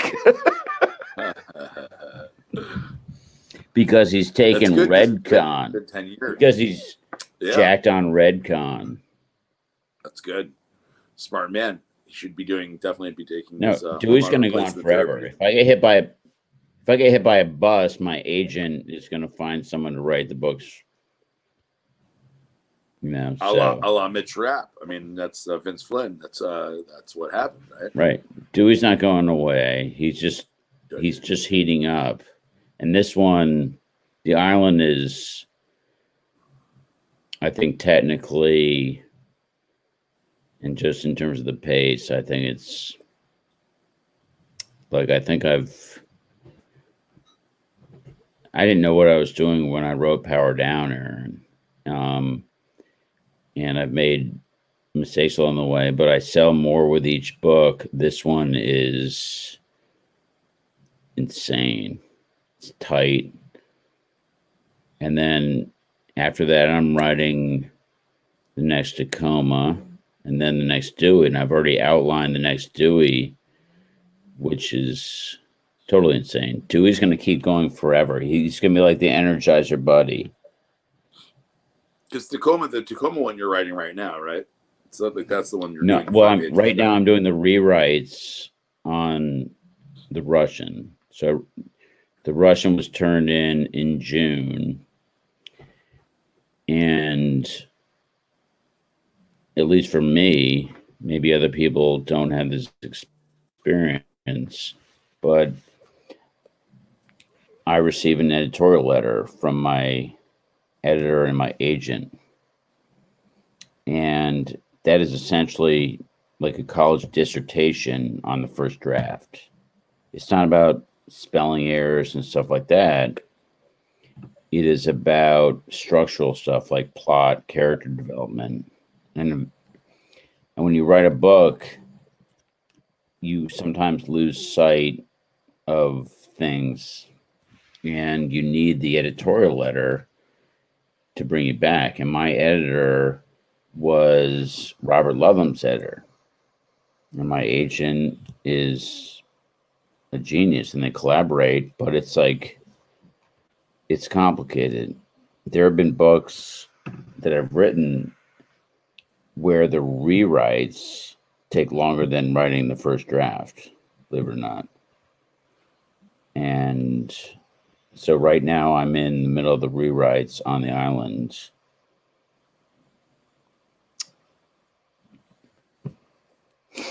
Cool. Well, I can't wait to read it, and it's obviously going to be another. No, we've already counted on your purchase. like part of the whole revenue model is built on the fact that you're going to buy one. What is it for pre-sale already? Because I'm What's sure that? if that's the case, I'm sure I've already bought it. No, I'm just kidding. Like, no, I would hope so. because you're just I was trying to imply that I was trying to imply that like your one purchase would, but actually, if you pumped it a little bit, like maybe it's like buy X amount of whatever hypo bicep, hypo bicep Guido. powder. Is that the next product? I think it's a good And you idea. get a free copy of The Island. That would be balls. We could do that. We could do that. You could? Absolutely. No, we should do that. We should do that. All right. For every bottle of hypoglyco Guido, we will 100% give away one Ben Coes book of your choosing. And it's going to be... Dude, no, let's do it The Island and just lump the cost of the book into the thing. It's like Mitt Romney did this when he came out with one of his books, and you would go, and Jim Gaffigan, do you know him, the comedian? Yeah, I know who he is. Yeah, I went and saw him. Like, you went and you bought a ticket, and included in the ticket was his book. And so he hit like number one. Anyway, it's a genius idea. Yeah, The Island. People, I've heard of that. I've heard a lot of people do that before. And so Gary Vaynerchuk, which you may or may not know, he's a marketing guy. You heard him before? What? Say that again? Gary Vaynerchuk. Yes. Yeah, so he is a marketing guy, and now he's kind of a semi-big deal. But way back in the day, the reason he'd get all his books to bestseller is because he would do these appearances where he'd do like speeches for companies. Mm-hmm. He wouldn't accept money. He would want 30, 40, 50,000 books purchased. And it was a very smart thing to do because it ended up getting him up there to the top. And because a speech, maybe somebody pays, because he made big, there he is. Back in the day, I don't know if he does this anymore, but he'd make 20, 30, 50, even 50,000 bucks for a company speech for like whatever, for a bigger company. And instead he would get book purchases, which obviously, what are you going to do with 50,000 of that guy's books? Who knows? But people would give them out or throw them away or whatever. And that worked really well for him. So maybe that's what we'll do. Well, I don't want something like that.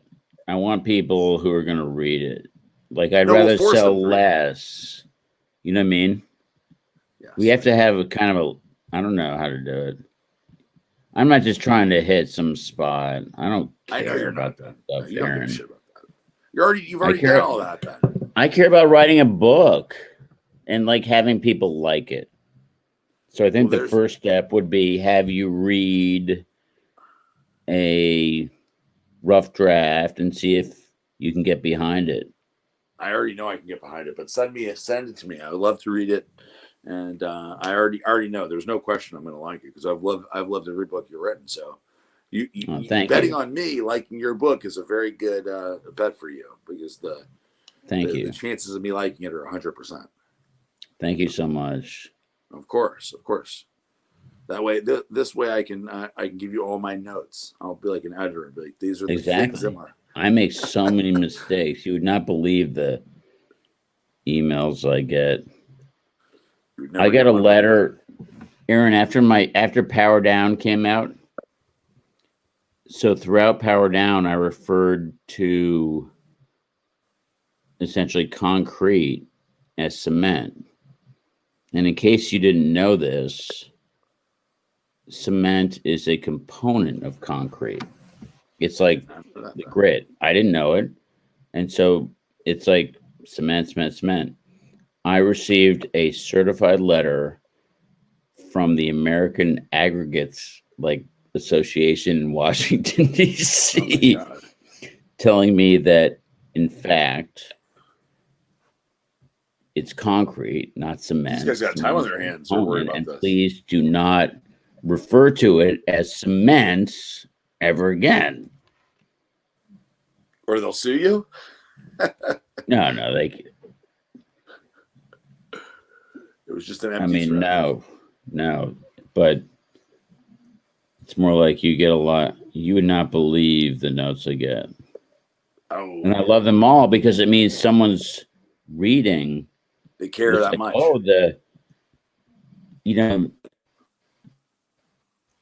that clip was technically it's not possible that, or that magazine housing doesn't work with, it's like I make a lot of mistakes. Oh, Ben, you've done a hell of a lot right. So I want to thank you so much for being on the show, man.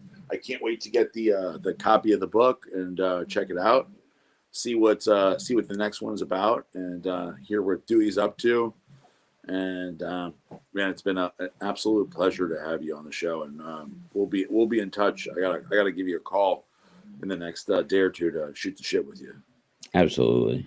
Thanks for having me, Aaron. Of course.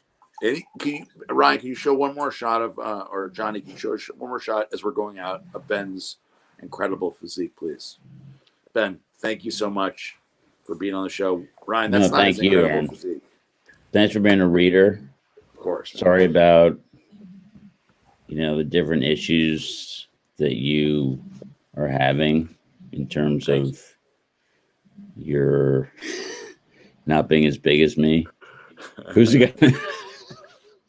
Your waist is so small and you're so tan, Ben. How did this even happen? Who's the guy on the left? That's me, bro. What do you mean? It is? You mean like the physique, actual physique? Yeah, but what's with the little like crotch pouch? Wait, you talking about that's because his schlong is. Oh, it's like a 50-pound weight keeping it down. I got one more. This is a fan favorite. Yeah. Otherwise, done that. Jesus. Oh my God. We'll send these to you, Ben. Those were the good old days. For your book cover or whatever, the back. You can just put that on the back of your book, bro, on the back cover, and people will be like, what? Yeah, they'll be confused, but it'll be good. They won't be confused. They'll buy. They'll be like, whoa. All right, you guys, good talking to you. I have to go. So much, my wife just filed divorce papers, and I need to go deal with it. I think I stayed away from politics. Don't you think? You did pretty good. We didn't go too crazy. And if you need me to talk to her, let me know. Give me her number. Plus, there are only like 4 people watching. Only 4, 100%. And those 4 don't even more care. like They're 4 million. Yeah, 4 billion. Then billion. Hey, Aaron, I want to run against Elizabeth Warren. Pocahontas. I think you'll beat her, bro. Show him that picture of the Kai Green Ben again. Are you in? I think you'll beat her. You could beat her, bro. Next year. Next 4 2024. 2024. Whoa. Yeah, you'll have to wait. But when you unveil all that, she won't be able to. There's no way she'll stop at you. With pecs that muscular, she can't stop you, bro. All right. Let's end on that high note. Thank you, Ben. All right, Aaron, call me. And Ryan, thank you. And if Johnny, whoever is watching, thank you for watching. And it was great being on here. Of course. And Ben won't say it, but make sure you go check out his books. They're on everywhere, from iBooks to Amazon to your local bookstore. They're everywhere, and you can't miss them. Make sure you read. At least start with Power Down or one of the Coup d'etat, one of the other books. Every one of them. Go to bencoes.com. Bencoes.com. Buy it direct from Ben. Even better. That's the best. Direct to consumer. He's a big D2C guy here. No. I'm not direct to consumer. I'm not trying to disintermediate. So if you choose to buy the island, or another book, you're going to buy it from a number of different outlets, including Amazon, Barnes and Noble, your local bookstore. So I'm not selling books directly to see right here. I apologize, Ben. No D2C. It's not Only like the big ones. Well, I'm not like a mogul like Redcon. If you want to know about that model, Ben, you hit me up. I'll tell you. We'll D2C it all day long. Are you direct to consumer? About 50% of the revenue is D2C. What amount is online? That's 50%. Yeah. 50% is all right. That's your D2C. Yes, sir. Well, Yes, sir. Dude, Vermont Teddy Bear is 100%. Vermont Teddy Bear. Well, I mean, I don't. Oh, we sell own teddy that. bear. We own that. Oh, really? We didn't even Yeah. talk about all that shit. Yeah. Well, I don't know anything about teddy bears, but that's cool. 100% D2C is even better than 50%. I wouldn't say that. Let's table Okay, that buddy. conversation. Okay. There you go. There we go. Actually, oh my God, look at that big one. Go back to do you the see big that big with the one? girls cuddling. Oh my God. Trust Go to the me. big one. They make the best teddy bears in the world. Go to the big one. No, Go to the big one, Ryan, bro. Go to the big one. There's one that's Back of 6 page, foot the big tall. No, big one. It's the greatest teddy bear you've ever seen. It's That one. See that one? I want to tell you. Yeah. And it comes with that woman. She looks nice. Well, Very lovely. she's actually a little tired at this point. No, but that bear is the best. Big hunk of love bear. Oh my God. There's a 6 foot one. Well, that one looks. There is a good. 6 foot one, but they probably sold out because Oh, there he is. There he is. they can't Giant keep hunk them of love up. bear. Ooh, me likey. I feel like you're gonna get in trouble soon, Ben. I think, free Christmas ornament with a $50 purchase sounds like us. but Aaron, don't you think at some point you go beyond being in trouble, and so it's kind of like just keep going? Yeah, 100%. Are you kidding? 100%. Once you No, pass but the those are level, great. Those are great bears. Best teddy bears in the world. I'm gonna buy. Best I'm gonna buy some. manufactured. Ryan, get me a dozen of those for the office, please. But that's D2C. You should be buying those for every employee.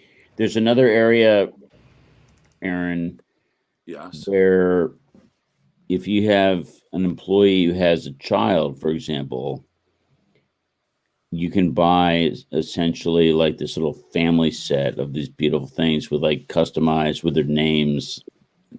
It's a great company. Yes. I'm 100% doing that, Ben. It Instead kind of of runs. Christmas bonuses, I'm doing this. I'm not going to get bonuses this year. It runs contrary to the whole espionage spy thriller thing, but I just wanted Except, to wait, say Ben. thank you, Ben, also Ben. for letting us take over that bear. It's the new and improved Redcon 1 giant teddy bear. really? Oh, look. Oh, yeah. He changed it. Yeah. He changed the site. Thank you. We have hackers on the team. So now it's the Red Ryan, we hadn't talked about some kind of rev share on this. I think that no, I'm just kidding. We'll try. Well, that's awesome. It's a great company, great people. It's in Vermont. It's a wonderful company. We're going to charge you a And, low royalty to include Redcon on the site. What? Put the logo on the bear or whatever. Yeah. Dude, Ryan, you're jacked too. Look at you. Well, he's been working out with me. He was fat. He was very fat and flabby, but I turned him into this guy here. Now he's a computer nerd or dork or whatever. Lord of the Dorks? Sorry, we call him. I need to move down there. Yep. Oh, dude, you'll be huge. You'll be huge. I don't want to be huge. Huge, ripped, and tanned. All right, I can only hope. All right. Bye, Ben. All Thank right, you so much Aaron. for being on. All right, wait, no, great talking to you. That was so much fun. Ryan, thanks for your technical support. You're more than welcome. And that's it. That's all I can. I'll take it. Thank you, Ben. Thank you, Ben. I'm going to get Ryan and Johnny some of your books so they can read them, so they can understand what we're dealing with here. So Okay, but Ryan, there are no pictures. Oh, man. Yeah, he's not such a good reader, unfortunately. I'll just call you and you can read it to me at nighttime. Okay. I'm just saying, like, pictures. So, like, don't go out and don't get your box of crayons. This ain't gonna be. It's gonna be a little more complicated. I respect it. All right, you guys. Thanks for having me on. Bye, Ben. Talk soon, okay, buddy? All right, you guys. Thank you, buddy. Thanks for having me. Bye. All right, Brian. Go get your box of crayons, Ryan, because I'm buying you a book. I appreciate that, and I look forward to my nightly calls so he can read them to me as I go to sleep at night. Yes, he has a very good voice for reading. He'll be very, very paced with his reading, and I feel like author thing didn't work. You could do like that ASMR where they just whisper into the cameras, like, listen. It's a thing. They make money. Yeah. He could mesmerize you with his voice. Oh. Well, my brother, I appreciate your time. You appreciate my time. I appreciate your time. Thanks for coming. Great. I'm here in Tennessee, and we made it work, even remote. And this was only me today. We had no air card, Silky Tuba, but next week, Silky Tuba will be back. So we have Robert O'Neill, who killed Osama bin Laden, literally. That's crazy. Him. He shot him over and over again, actually. So we're going to talk to Robert O'Neill and Rob O'Neill, and then he'll be one hell of a good guest. And Rob is certainly one of the good guys, but he's also one of the big featured speakers in the world right now.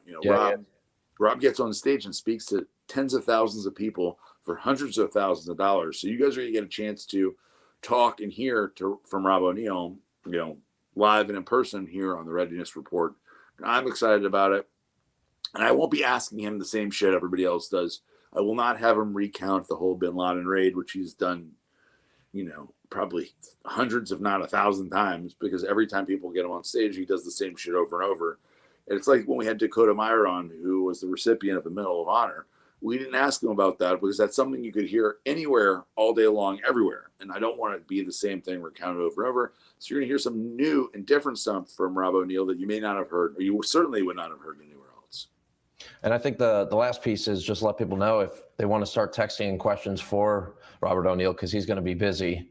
It's going to be a busy show. They can start doing it now. We'll collect them and have them ready when you guys go live. Perfect, Ryan. Thank you so much for doing this. Is Johnny still there, or is it just you? Yeah. There he is. Okay, just making sure. Of course. Sure you check out. He snuck out. He said he'd be back in 5 minutes, an hour ago. No, absolutely not. Hey, this is remotely. We've been doing years. We've been doing live stream, and there you go. You're in Tennessee, and we made it work. So we made it work. It's live, so it's never missing a beat. And look, guys. So this is where I'm at. I'm in this room in the theater room here.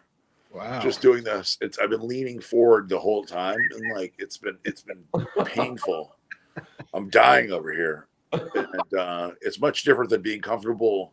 I should have done it like this, with my feet up, relaxed. Yeah. That's how Ronnie used to do the interviews. Remember? Oh yeah, of course I remember. Ronnie relaxed, eating carry. I'm doing like that. Like this, I could have done it. Yeah, all professional, and then he's on a freaking couch. What's that, Ben? Ben. That's how Ronnie did it.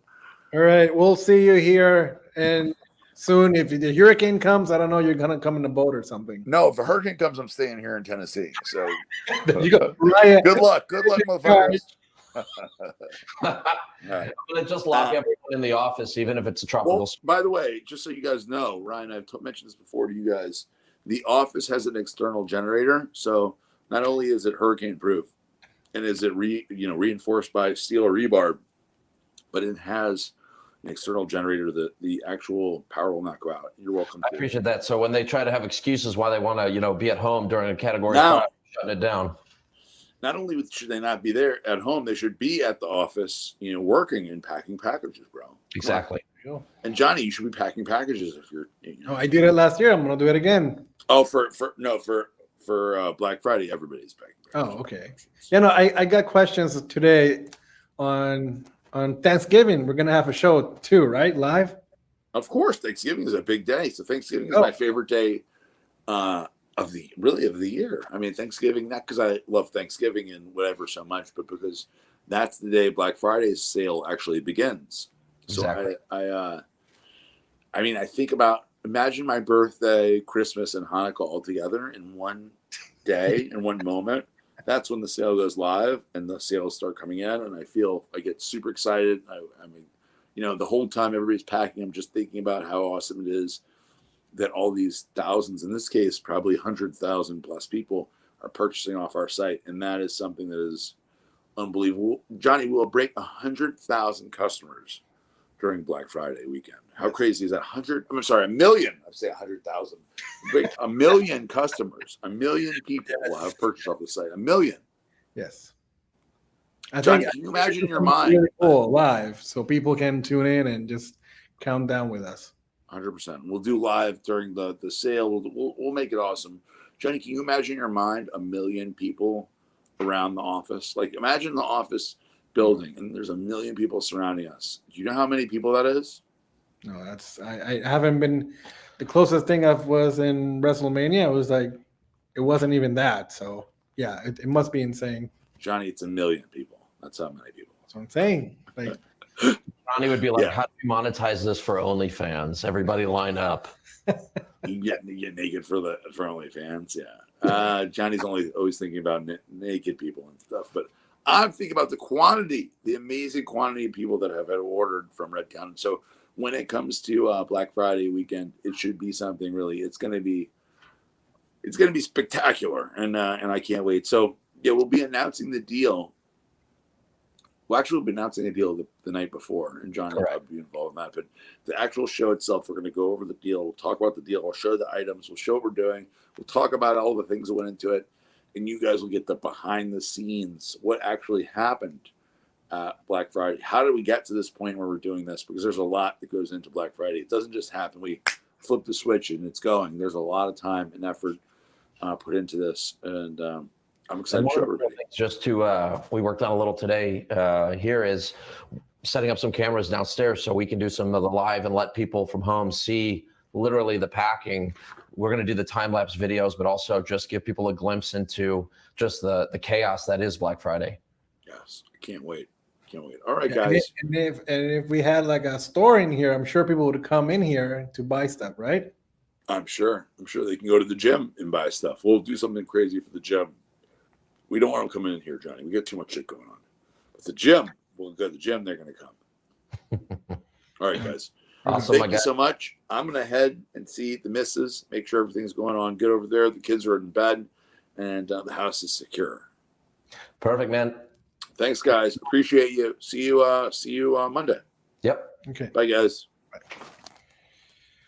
All right. So that's the show. We're here. Ryan is still here, and I'm still here. Thank you so much for tuning in and watching the show. Remember that it's going to be on Spotify and all the podcasts that we have on air, also on YouTube and Facebook. So you have any final words?